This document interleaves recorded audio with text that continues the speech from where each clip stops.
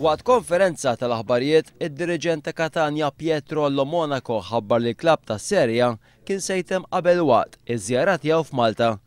Fi żmien il-festi Catania kienu pajjiżna biex flimkien ma' klabb ieħor Taljan Torino u żewġ rappreżentanti lokali Hibernians u Ormi labu turnament kwadrangulari. It-training camp ta' Catania kien mistenni jintem nhar il-ħamis minflok huma għażlu li jitilqu tlieta filgħaxija permezz ta' charter flight.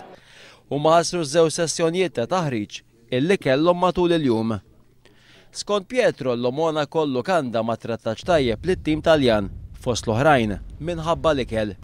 L-aħbar u r-raġuni għalfejn Catania se jħallu Malta qabel il-waqt qed tingħata prominenza anke f'diversi ġurnali Taljani fosthom Corriere dello Sport.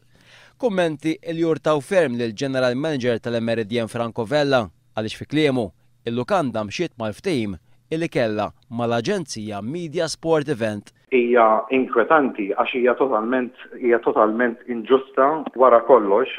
Il-komunikazzjoni min-naħa tagħna qatt ma saret mal-Calcio Catania dirett imma dejjem saret mal-Media Sport Event u ovvjament it-talbiet kollha li għamlulna Media Sport Event eżegwixxejnihom. Kienet Media Sport Event illi proponiet li l-Calcio Catania tażel il-lukanda l-Emeridien wara li din ħadbet mal-istess lukanda fil-passat u relazzjoni professjonali bejn iż-żewġ naħat kienu dejjem eċċellenti.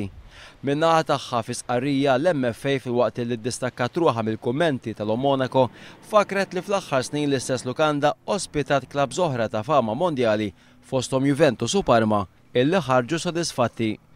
Intant Torino illi wkoll kienu pajjiżna għal training camp simili fl-istess żmien irringrazzjaw lil Malta għal dik li huma sejħula żjara sodisfaċenti.